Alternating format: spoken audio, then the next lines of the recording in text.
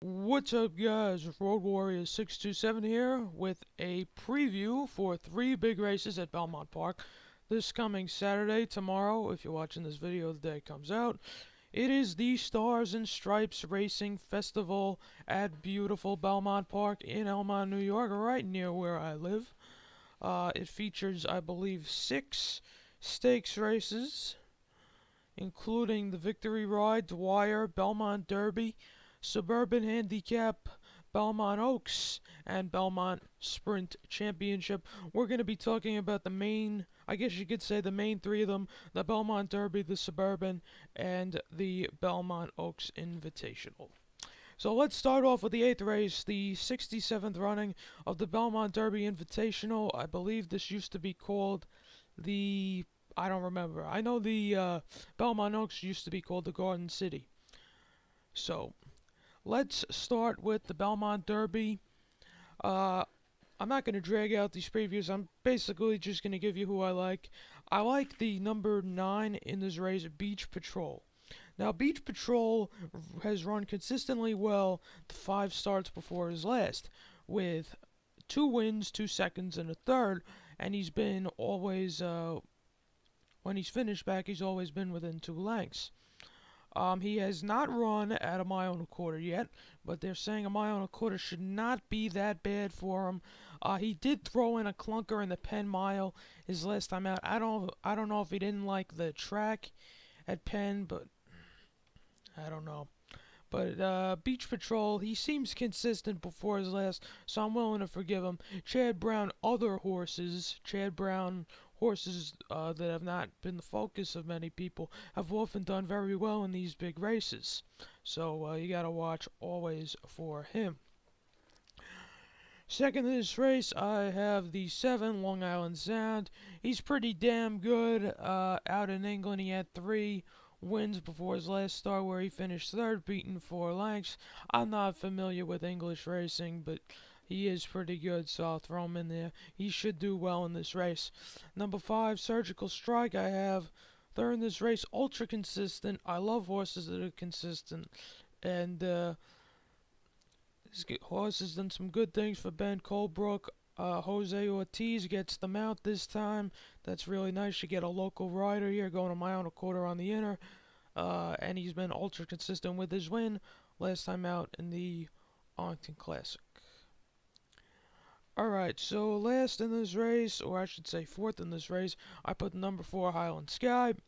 He also has been very consistent his last couple of times out. He's only missed by a length and a quarter at most in those races. He has races over the track, which I think is huge, including a race over the inner turf course in the Pennine Ridge in his last start, which he finished 2nd, beaten by only a neck by Camelot Kitten.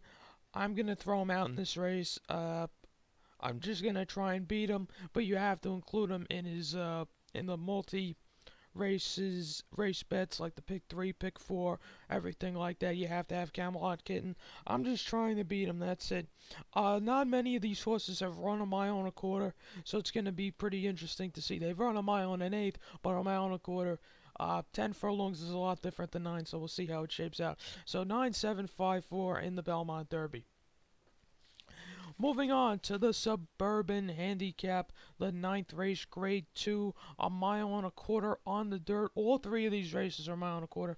This is a lone dirt race for 3-year-olds and up. Well, I should say 4-year-olds and up. It used to be 3 and up. In the Suburban, I'm taking Shaman Ghost, the winner of the Brooklyn Handicap. I liked him in the Brooklyn. I don't like to agree with Andy Serling that much, but he did run very well. He got a 99 Beyer speed figure in that one. Ran a mile and a half in 2:28 and 2, so that means the distance is going to be no problem for him over a track that did not favor anybody. He ran from about stalking the pace. He should get a pretty good stalking trip this time too. So he definitely does seem pretty good. Shaman Ghost for trainer Jimmy Jerkins, who's always dangerous with Rosario. Second in this race, I have Mubtahish, who many people think will win this race. If he runs back to his Dubai World Cup, he probably will win, but he was beaten by 3 3/4 lengths by the awesome power of California Chrome.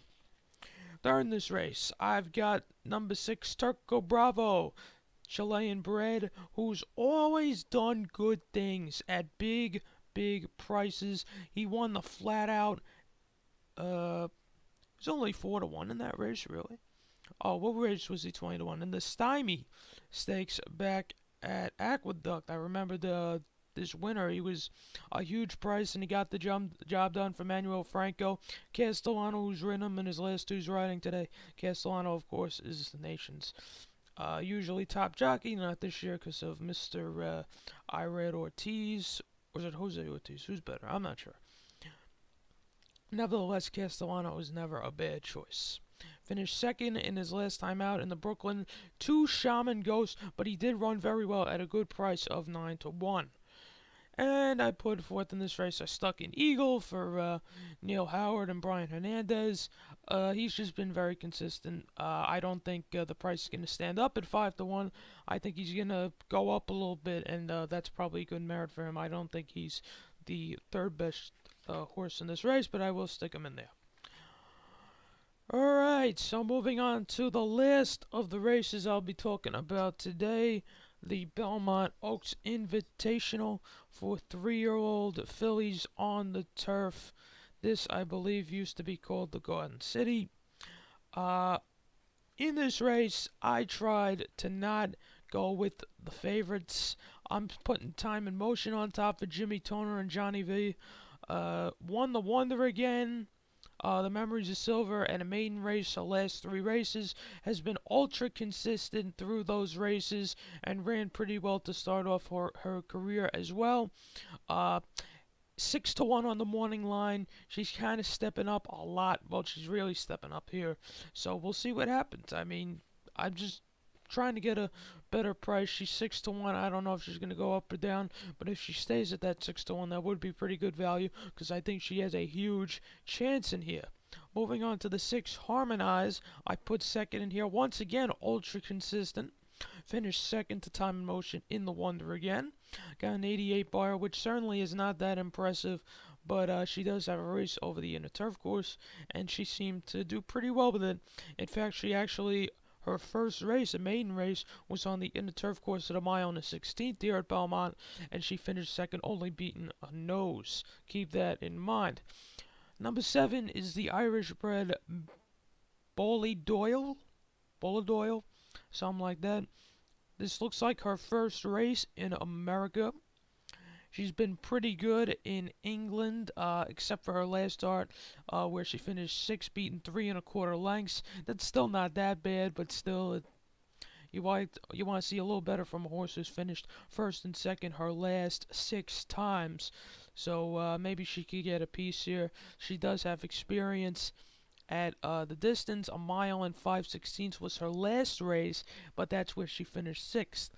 So I'll just throw her in there because I think she has a good chance. And the last horse I'm sticking in here is number 12, Catch a Glimpse, who is your favorite. Has finished first in her last 1, 2, 3, 4, 5, 6, 7 starts, except she's won every race except for a maiden race. She's ultra professional, and she should get a pretty good trip in this race on the outside as well. She likes to be close to the pace. That's really good for an inner turf course. I'm just trying to beat her, but she definitely is the horse to beat. So thank you guys for watching. That's my preview for the 3 big races at Belmont out of 6 very big races at Belmont. I'll just add in there for the 11th race, the Belmont Sprint Championship. I think Private Zone's a good favorite. I think he'll probably just win anyway. So that'll do it, guys. Thanks for watching. I hope you guys enjoyed the previews, and I wish you a very lucrative Stars and Stripes Racing Festival at Belmont on Saturday. Thanks for watching, guys, and peace.